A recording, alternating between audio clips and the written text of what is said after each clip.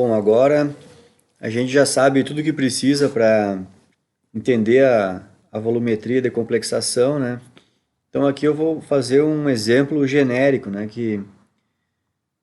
Então eu não citei, digamos assim, no próximo slide, aliás, né? A gente vai fazer um exemplo genérico no sentido de que eu não preciso dizer que metal que é, porque a explicação vale para qualquer metal, né? Já que o EDTA sempre, como ele é um ligante hexadentado, as estequiometrias aqui até ajudam a gente, que sempre são estequiometrias do tipo 1 para 1, né? Isso dá uma facilitada na vida da gente aqui. Então, o que a gente tem que saber, então, para entender as curvas de titulação, é que a primeira coisa que a gente faz, logo no início, assim, antes de começar a fazer os cálculos, é já fazer o coeficiente condicional, né? Constante de deformação condicional, que é nada mais que pegar aquela constante de deformação dada no enunciado do exercício, que é a teórica, né? E multiplicar pelo alfa, a fração da espécie de EDTA que realmente forma complexo com o metal. Então isso aí isso aí a gente já viu antes, né? E também aqui eu só quero dizer que as curvas de titulação, eu já tinha dito, só não tinha mostrado a imagem, né? Mas as curvas de titulação aqui, elas são um gráfico onde aqui é igual a todas que a gente já estudou, que é sempre o volume do titulante, né? No caso, o titulante é o EDTA. E aqui nesse eixo Y, então, no eixo vertical, a gente tem, em vez de só a concentração do metal, como essa concentração vai ser um valor muito baixo aqui no Erlenmeyer, então a gente faz menos log da concentração, que daí dá um número grande, né? É por isso que a gente vai ter uma silhueta de gráfico sempre iniciando de um valor numérico pequeno e esse valor numérico vai aumentando. Mas não se enganem, né? Quando o número é bem pequeno, o menos log gera um número grande. E à medida em que esse número vai ficando não tão pequeno assim, aí o menos log vai aumentando o valor. Em outras palavras, quando o menos log está um valor bem baixo aqui, é porque tem mais, né? O que é bem lógico. Pensem, logo nem caiu o ligante ainda, a gente tem um máximo de metal desse jeito aqui. À medida que vai caindo o ligante, cada vez mais a gente vai tendo menos metal que escapou do ligante DTA. Então esses valores podem perceber que começa a aumentar, né?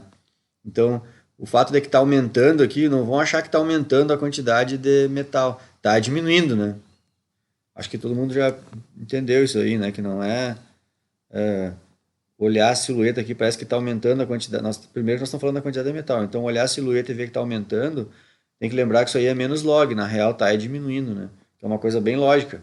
Quanto mais DTA cair da bureta, menos a gente vai ter o metal livre, né? Que a gente chama, e não o metal complexado.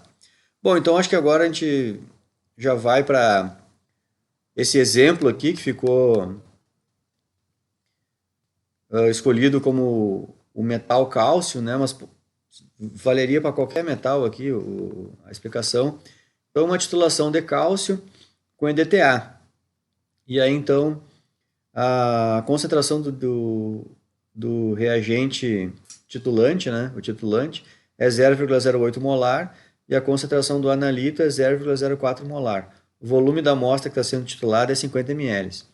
Então, aqui, ó, a reação que vai acontecer na reação é essa, o metal reagindo com o EDTA, formando o complexo. Então, a gente tem isso aqui que é o metal livre, que a gente chama, né? Que a gente faz o gráfico em cima desse cara aqui. E aqui é o complexo, o cálcio que formou o complexo com o EDTA. Lembrando que esse equilíbrio é bem deslocado para a direita, né? A primeira coisa que a gente faz é já fazer a constante deformação condicional, né? Que nada mais é do que pegar aquela constante que é dada no enunciado do exercício. Ou, por exemplo, se vocês estão estudando aí, já tentando fazer os exercícios do Harris, lá no Harris ele é campeão de... E não é só o Harris, vários autores fazem isso, né? Eles não ficam toda hora dando todas as informações, porque eles pensam assim, ó, essas informações eu já dei elas lá no meu apêndice do livro. Então eles ficam pensando que a pessoa que... Aliás, a pessoa tem que se dar conta que ela precisa da constante de deformação e ela que vai lá no final do livro pegar a informação, né? Entenderam? Então, é isso. Aqui é a constante de deformação condicional. A gente pega aquela constante do livro, né? E multiplica pelo alfa do EDTA, que vai formar complexo com o ligante, né? Que é essa espécie aqui. Lembrando que esse alfa aqui também vai ser dado no enunciado de exercício, porque ninguém é obrigado a saber decor. isso aqui, né? E também o cara não vai fazer na hora também isso aqui. Ninguém vai fazer na hora, toda essa trabalheira aqui, né? Então esse alfa aí sempre vai ser dado no enunciado do exercício também. Então é bem tranquilo, né? Esse alfa aqui vai ser dado, esse coeficiente vai ser dado, o único que você tem que saber é que tem que multiplicar pelo outro, para daí essa constante aqui é que vai ser usada durante os cálculos. A constante de deformação condicional, tá? Bom, então aqui eu já fiz o cálculo, né? A constante de... Se a gente for lá no livro e pegar a constante de deformação do EDTA com cálcio, o valor é esse daqui, ó. 4,9 vezes 10 na 10, tá? Até eu vou fazer um comentário, né? Já que aí vocês vão estudar e tudo mais, né? Eu estou com o livro aberto aqui, ó. Vejam que essas constantes de deformação, vão achar o cálcio aqui, ó. Tá aqui, ó. Essas constantes de deformação, o livro deu o log da constante de deformação. Então, se o log da constante de deformação é 10,65, como é que vocês chegam nesse valor aqui, ó? Se lá está escrito 10,65, vocês vão colocar na calculadora 10 elevado na 10,65. Se vocês fizerem isso, 10 elevado na 10,65 vai dar esse número aqui, tá? E aí, então, isso tem que fazer, né? É isso, nunca vocês vão poder usar esse número aqui, o 10,65. Não é esse número aqui, esse número é o log do KF, tá? Tem que usar só o KF aqui nos cálculos. Então, a constante de deformação. Então, feito o cálculo aqui, agora a gente já tem a constante de deformação condicional, que a gente vai usar no resto dos cálculos. Uma coisa boa que vocês vão gostar é que vocês vão perceber que há pouco a gente veio do estudo da volumetria de ácido base, né? E a última titulação teórica foi a que mais deve ter apavorado a galera aí, que era um sistema diprótico, né? A gente ficou umas 5 páginas fazendo cálculo aqui. E aquela hora eu falei também que aquela era a mais extensa de todas e depois o mundo ia começar a melhorar, digamos assim, né? A gente vai começar a fazer coisas mais simples a partir dali. Vocês vão perceber que aqui é bem simples. E a outra coisa que vocês vão também achar, assim começar, que parece que está ficando mais fácil, é que também a lógica é a mesma e vocês já estão com esse pensamento lógico já na cabeça, né? Então, tem poucas novidades aqui, vocês vão ver, né? Então, olhem só, a primeira coisa já não é novidade, que é como é que se calcula o ponto de equivalência, né? A gente coloca a concentração do titulante, volume do titulante, concentração do analito e volume do analito. Lembrando que aqui a estequiometria é 1 para 1, então é bem tranquilo, não precisa multiplicar nada invertido aqui. Concentração do DTA é 0,08, concentração do analito é 0,04, o volume da amostra é 50 ml, então o volume necessário que tem que se gastar de DTA para chegar no ponto de equivalência, nesse caso aqui vai ser 25 ml, tá? A região antes do ponto de equivalência, ela é bem fácil de calcular, facílima. Por quê? Porque a gente tem, a reação que está acontecendo ali é o metal que reage com o ligante que cai da bureta e forma um complexo, né? A fração do metal no início da titulação, ela é a máxima, é o valor 1. Então essa fração a gente inventa usando o número do volume do ponto de equivalência, né? Daí que vem o 25 de 25. E eu chutei aqui que foi adicionado 5 ml de titulante. Então foi jogado 5 de uma quantidade que deveria ser 25, né? Bom, então lembrando que todo esse titulante aqui, ao entrar em contato, ele já reage e forma o complexo com o cálcio. Essa quantidade aqui vai ser a quantidade de complexo formada. Portanto, qual vai ser a quantidade de cálcio que ainda está livre, né? É bem simples, é só descontar o EDTA que foi adicionado lá. Então vai ser 25 menos 5, que vai dar 20, né? Eu deixei a memória de cálculo aqui, ó. Então a gente vai ter uma fração de 20 de 25 do cálcio que ainda está desse jeito aqui, na forma livre. Bem fácil, né? E a gente tem que ir atrás da informação da concentração do cálcio. Todo o gráfico é feito em cima desse cara aqui, ó. Concentração do cálcio. Então, se agora aqui eu já sei a fração de cálcio que eu tenho livre aqui no Erlenmeyer, basta pegar a fração e multiplicar pela concentração dele, que era 0,04. Só que daí tem sempre que lembrar que se fizer só esse cálculo aqui, a gente está considerando que o Erlenmeyer tem 50 ml. E agora ele não tem mais 50 ml, porque acabou de cair 5 ml lá dentro. Então agora ele tem 55. Então, na verdade, ele sofreu uma leve diluição. E a gente tem que considerar isso também. Então aqui, essa concentração aqui, na real, é a concentração inicial. Por isso que eu copiei toda aqui, ó, no lugar da concentração inicial. E o volume inicial era 50 ml. Só que concentração que vai ficar depois, quando o volume aumentou para 55. Isso aqui é aquele velho cálculozinho nosso de diluição, né? Quem foi meu aluno aí em Química Geral, eu já ensinei isso aqui lá na Química Geral, experimental.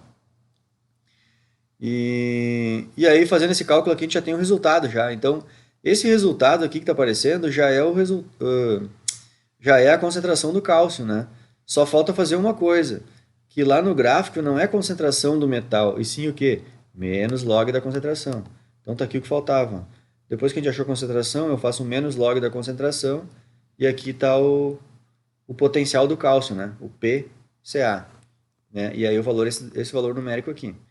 Então essa região, isso aqui é um tipo de cálculo que vai ser feito até o ponto de equivalência. Depois dessa região, a gente vai chegar nessa situação aqui, ó, que é no ponto de equivalência, tá? No ponto de equivalência, a gente tem que pensar o seguinte, ó. O que a gente tem no ponto de equivalência? A gente jogou uma quantidade de ligante exatamente necessária para reagir com todo o cálcio, né? E formar o complexo. Então, a reação que aconteceu ali no ponto de equivalência é o cálcio que estava no Erlenmeyer, caiu da bureta uma quantidade de ETA suficiente para formar todo o complexo. Portanto, teoricamente, o que a gente tem ali no ponto de equivalência? A gente tem só o complexo ali no Erlenmeyer. Teoricamente, não tem esses dois sobrando. Só que a gente sabe, né, que embora isso aqui seja um equilíbrio químico extremamente deslocado para a direita, então extremamente deslocado para a direita quer dizer que praticamente todas as moléculas estão desse jeito e praticamente não temos nada. E aí é aquela história que eu sempre repito, praticamente nada não é nada. Então a gente não tem zero cálcio, a gente tem um pouquinho. E é esse pouquinho que é o que vai para o gráfico. Então eu tenho que pensar que se isso aqui é um equilíbrio químico e eu sei a constante de equilíbrio, agora eu vou em busca para descobrir quanto que tem de cálcio que conseguiu escapar da DTA. É uma miséria, mas tem.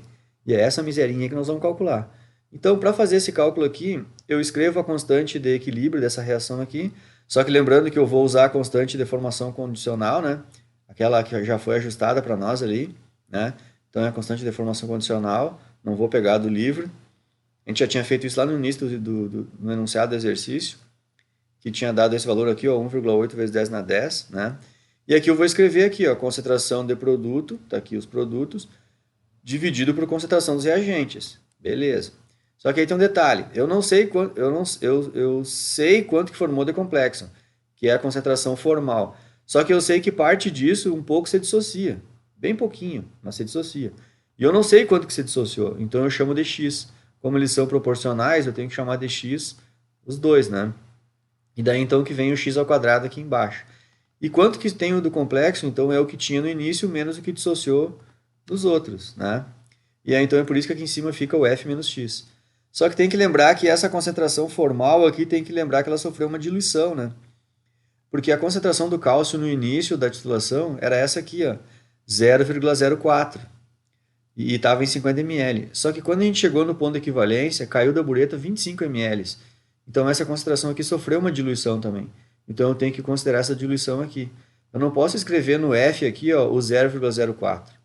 Porque ali no Erlenmeyer não tem mais só 50 ml, agora já tem 75 ml, né? Então eu considero esse cálculo de diluição e esse valor aqui de concentração do complexo é esse valor que eu vou digitar aqui no F. Ó. Vocês podem ver que é ele que aparece aqui, certo?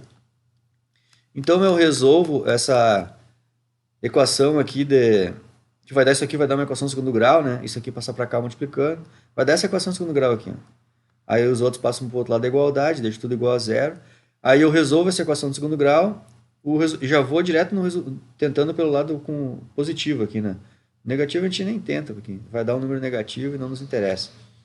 Então eu já resolvo a equação de segundo grau, e esse valor aqui é o que eu chamei de x. Aí lembrando, vamos voltar lá e ver quem que a gente chamou de x.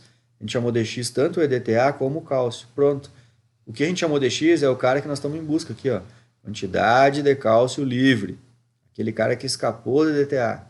E aí, então, sabendo a concentração do cálcio livre, basta fazer menos log desse valor, e isso é o pKa ali, ó. O potencial do cálcio. Então, tá aqui esse valor aqui que vai para o gráfico. Eu vou parar esse vídeo aqui e sigo no próximo.